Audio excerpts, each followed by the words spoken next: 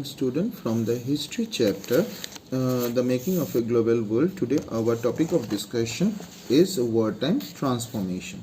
The First World War, which had held in the year between 1914 to 1918, and the Second World War between 1939 to 1945, gave rise to widespread economic and political instability.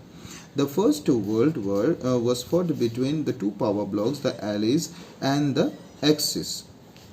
The war involved all the leading industrial nations of the world. It was the first industrial war in which machine guns, tanks, aircrafts, etc. were used in large scale. Now, millions of soldiers were recruited and sent to the fronts. The war left 9 million dead and 20 million injured. Most of them who were either killed or maimed were men of a working age. The household incomes declined after the war, with fewer earning members in the family. During the war, the industries were restructured to produce goods for the war. As men went to the battle, the women took up the jobs in this industry. The war also ended economic links with some of the countries. Britain borrowed a large number of sums of money from US and US banks and publics. Thus, USA became an international creditor. In other words, USA and her citizens owned more overseas assets than other foreign governments. Now, after the war, how the money was recovered? Britain, which was world's leading economy in the pre-war years, faced a prolonged crisis. While Britain was fighting the war, industries had developed in India and Japan. After the end of the war, it became difficult for Britain to recapture the earlier position, and this one Indian market was completely with Japan, and internationally Britain had taken huge loans from USA, and after the war she became a debtor country with huge external debts.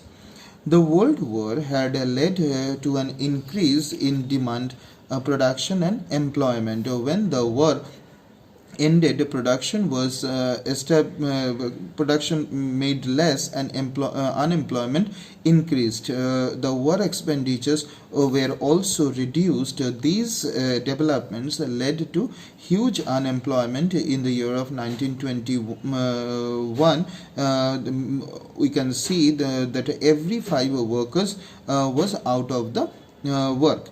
Many agricultural economies were also in a crisis before the war. Eastern Europe was a major supplier of wheat in the world market. During the war, Australia, Canada and America expanded agricultural production, especially the wheat. After the war was over, production in Eastern Europe revived and there was surplus wheat in the market. Grain prices fell, rural economies declined and farmers fell into debt. Rise of mass production and consumption. So one of the important feature of the US economy in the 1920s was mass production.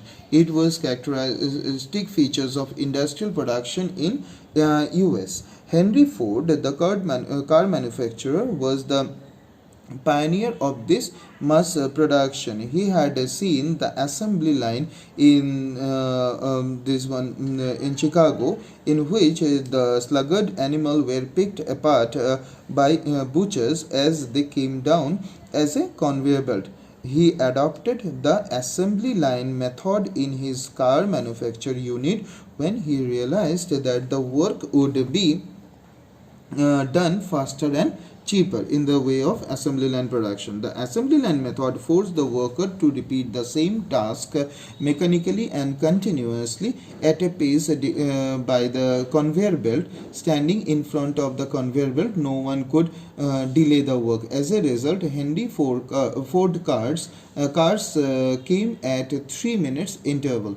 So whenever the same work was continuing by the same person, then automatically the speed of the work is also increasing, and in that way the Henry Ford company could produce a complete car within 3 minutes. At first, the factory workers couldn't cope with the stress of work of the assembly line, but they quit in the beginning when it create a problem for them to adopt the new procedure. Many of them quit. In order to stop from leaving the job, Ford doubled the wages of these laborers, and at the same time, the trade unions also were banned. Henry Ford could afford to pay the double wages by repeatedly speeding up the production line.